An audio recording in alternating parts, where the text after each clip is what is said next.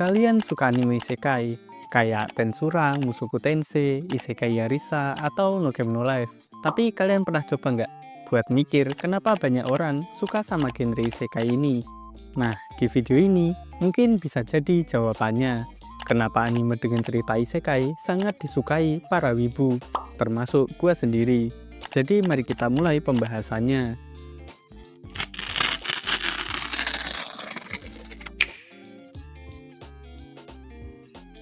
Sebelum kita masuk ke inti video ini, kita harus tahu dulu apa itu isekai. Jadi apa itu isekai? Secara harfiah, isekai dalam bahasa Jepang berarti dunia lain. Atau dengan kata lain, genre isekai adalah sebuah genre ketika seorang karakter berpindah dari satu dunia ke dunia lain. Baik itu karena teleport atau isekai teni, maupun reinkarnasi atau isekai tensei. Terus kalau gitu mungkin kalian bakal nanya, apa faktor sebuah anime bisa disebut anime isekai? Dan apa bedanya dengan anime fantasi?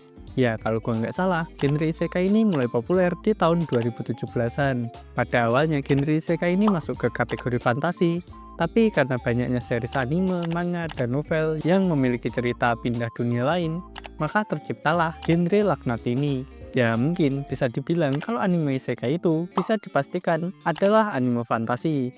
Tapi anime fantasi itu belum tentu anime isekai. Dan yang bikin anime punya predikat isekai itu karena unsur berpindahnya karakter dari satu dunia ke dunia lain. Tapi bentar-bentar, ini kok ada di list ini? Kalian tuh seharusnya nggak ada di sini. Nah, udah bener. Oke, balik ke topik. Terus apa faktor yang bikin kenapa anime isekai itu sangat populer? Jadi menurut gua, beberapa faktor inilah yang bikin anime isekai itu sangat dinikmati. Di poin pertama, pelarian dari realita. Udah nggak perlu diraguin, kalau hampir semua wibu itu pengen yang namanya kabur dari realita. Realita yang bikin pusing, sulit cari duit, tiap hari ada masalah. Yang kalau dibandingin dengan isekai yang penuh petualangan, punya sihir dan kekuatan, bahkan kadang-kadang dapat cewek yang banyak, udah pasti mereka bakal milih kabur ke isekai. Kalaupun nggak pengen kabur, itu pasti cuman oknum. Ya, oknum. Ya mungkin bisa dibilang kalau genre isekai itu nawarin sebuah cerita dari yang tadinya cuma orang biasa, tiba-tiba bisa jadi pahlawan yang ditunggu-tunggu. Atau kalau bukan jadi pahlawan, pasti punya kemampuan OP atau enggak keberuntungan yang tinggi. Jadi siapa yang nggak mau buat ke isekai? Dan sebenarnya cerita kayak gini tuh banyak banget. Ya gua ambil contoh, misalnya Tensura yang pada awalnya itu cuman karyawan kantoran biasa, terus bisa jadi OP ketika di isekai, bahkan sampai punya kerajaannya sendiri. Ada lagi yaitu Sword Art Online, yang di dunia nyata itu cuman mas-mas biasa, tapi di dunia game udah kayak pahlawan yang udah ngalahin bos lantai 100. Di poin kedua, karakter yang relatable. Kalau kalian sering nonton anime isekai, kalian pasti nggak asing sama tokoh utama yang kayak gini. Biasanya tokoh utama di isekai itu cuma orang biasa, atau bahkan seorang pecundang, yang entah karena terbunuh atau terpanggil, terus kelempar ke dunia lain. Nah, hal ini yang bikin kita relate banget sama genre ini. Karena apa? Ya udah pasti, karena wibu itu biasanya masuk ke kategori ini.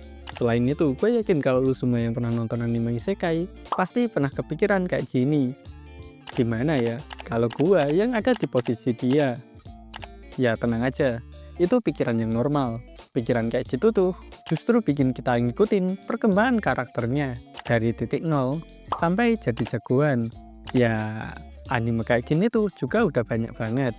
Kita ambil contoh kayak Mushoku Tensei, pecundang yang kena bully terus masuk ke dunia lain, mulai belajar sihir, ngatasi trauma, belajar dari kesalahan, sampai jadi overpower.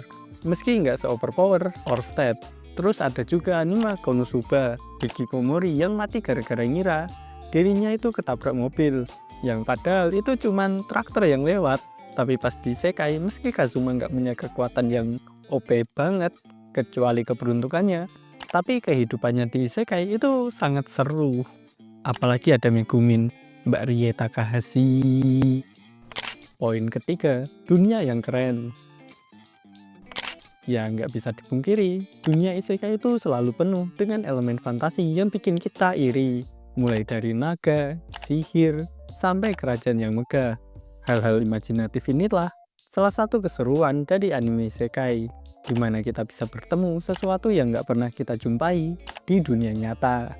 Mungkin kita ambil contoh, kayak anime Overlord sama Re:Zero. Di dunia dari kedua anime ini, kita diperkenalin banyak kerajaan megah, monster dan spesies yang beragam, dan banyaknya tipe sihir yang ada.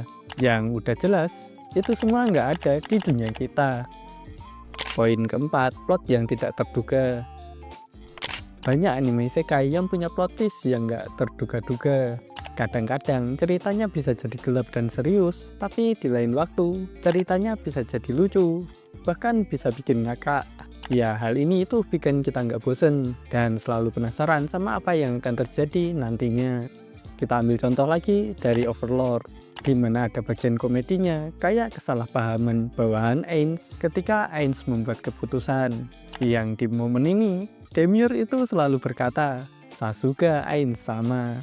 Dan di sisi lain, anime juga nampilin genosida atau pembunuhan massal, yang bisa gua bilang nyawa dari NPC di sini tuh nggak ada harganya. Terus di poin terakhir, variasi genre. Salah satu hal yang bikin anime isekai itu nggak bikin bosen, itu karena variasi genrenya. Genre isekai nggak selalu tentang petualangan sama aksi. Variasi dari genre isekai itu banyak banget. Ada yang pakai elemen romance, ada juga yang dicampur komedi, bahkan ada yang santai banget, sampai isinya tuh cuman masak-masak doang. Jadi kayaknya apapun genre kesukaanmu, pasti ada isekai yang cocok buatmu. Ya sepertinya itu aja dulu. Gimana menurut kalian? Apakah salah satu faktor yang gue sebutin adalah penyebab kalian suka sama anime isekai? Jujur aja, gue sebenarnya udah bosen sama anime isekai. Karena saat ini hampir kebanyakan anime isekai itu digarapnya seadanya. Kita ambil contoh kayak Kamikatsu, Isekai no Miru no Uka, atau Isekai Deceit. Ya sebenarnya masih banyak lagi, tapi dari ketiga itu aja kita udah bisa nyimpulin kalau digarapnya 3 anime ini itu udah nggak niat. Ya sepertinya udah cukup lah gua bahas tentang genre isekai ini. Kalau kalian ada request, tulis aja di kolom komentar, atau bisa lewat Saweria gua, yang udah pasti kalau lewat Saweria bakal gua buatin paling kalau gua mood. Tapi jangan lupa buat like sama subscribe. Sampai jumpa di video selanjutnya. Bye bye.